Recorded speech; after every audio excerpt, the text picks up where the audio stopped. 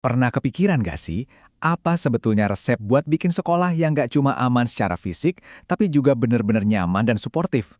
Ini bukan sekedar mimpi loh. Ada 9 asas fundamental yang jadi fondasinya, dan kita bakal bedah satu-satu. Yuk kita mulai. Coba deh, kalau kita ngomongin sekolah aman, apa sih yang pertama kali muncul di kepala? Apakah pagar yang tinggi dan banyak CCTV? Atau jangan-jangan lebih dari itu? Mungkin soal perasaan diterima apa adanya, berani ngomong tanpa takut dihakimi, dan ngerasa kalau semua orang di situ saling jaga. Nah, ini dia inti yang mau kita bahas. Nah, pertanyaan-pertanyaan tadi itu ternyata udah ada jawabannya loh. Dalam sebuah kerangka yang jelas banget, Kementerian Pendidikan kita udah merumuskan 9 asas yang jadi pilar buat membangun budaya sekolah yang aman dan nyaman. Anggap aja ini kayak DMA-nya sekolah idaman gitu. Biar gampang, kita bakal bagi jadi 3 bagian besar. Bagian pertama, ini adalah fondasi paling dasarnya. Gimana caranya kita menghargai setiap orang sebagai individu? Soalnya, tanpa dasar ini, sistem secanggih apapun nggak bakal jalan. Ini semua tentang manusianya dulu. Asas yang pertama, dan ini yang paling krusial, adalah humanis. Kedengarannya simple, tapi ini dalam banget. Artinya, kita melihat setiap siswa, guru, staf semuanya bukan sebagai angka di daftar hadir, tapi sebagai manusia utuh yang punya cerita, punya potensi, dan punya perasaan. Ini soal pengakuan bahwa setiap orang itu berharga. Nah, dari prinsip humanis tadi, lanjutannya adalah non-diskriminatif. Ini adalah wujud nyatanya. Maksudnya, nggak ada lagi tempat buat beda-bedain orang cuma karena latar belakangnya, penampilannya, atau kemampuannya. Begitu masuk gerbang sekolah, semua label itu harusnya luntur, dan semua orang diperlakukan setara. Dan yang melengkapi fondasi pertama ini adalah inklusif. Coba perhatiin kata kuncinya. Mengakomodasi dan menjamin. Jadi ini bukan cuma sikap pasif, oh iya, kami menerima. Tapi sebuah tindakan aktif. Usaha nyata buat meruntuhkan semua penghalang supaya setiap anak, tanpa terkecuali, bisa ikut serta sepenuhnya dalam kegiatan sekolah. Oke, jadi fondasi soal nilai-nilai individunya udah kuat nih. Sekarang pertanyaannya, gimana caranya mengubah nilai-nilai keren ini jadi sesuatu yang nyata, jadi napas sehari-hari di sekolah? Nah, jawabannya ada di bagian kedua, menerapkan sistem yang tepat. Sistem yang pertama itu harus komprehensif. Artinya, nggak bisa tuh jalan sendiri-sendiri. Kebijakan anti perundungan harus nyambung sama cara guru ngajar di kelas. Harus sejalan juga sama suasana di kantin. Bahkan sampai kegiatan ekstrakurikuler. Semuanya itu harus jadi satu kesatuan yang utuh. Terus, partisipatif.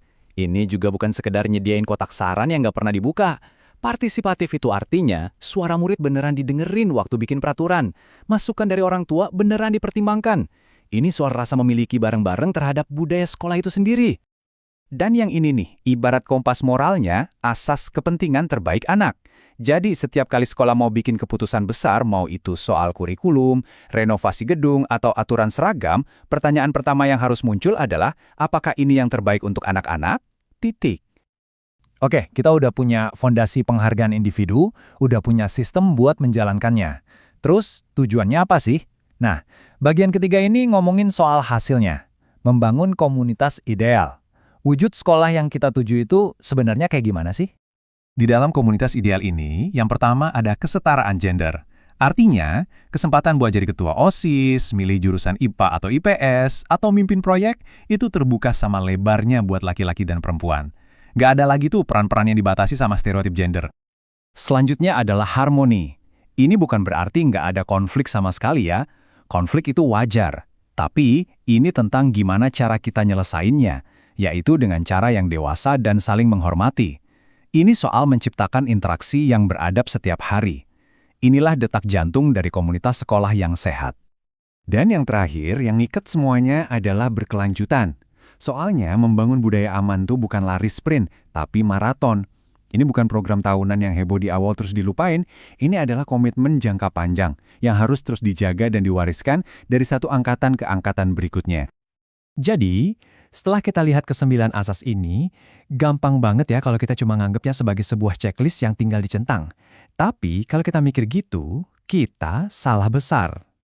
Kuncinya tuh di sini. Ini bukan 9 pilar yang berdiri sendiri-sendiri, tapi 9 roda gigi yang saling nyambung dan muter bareng dalam satu mesin.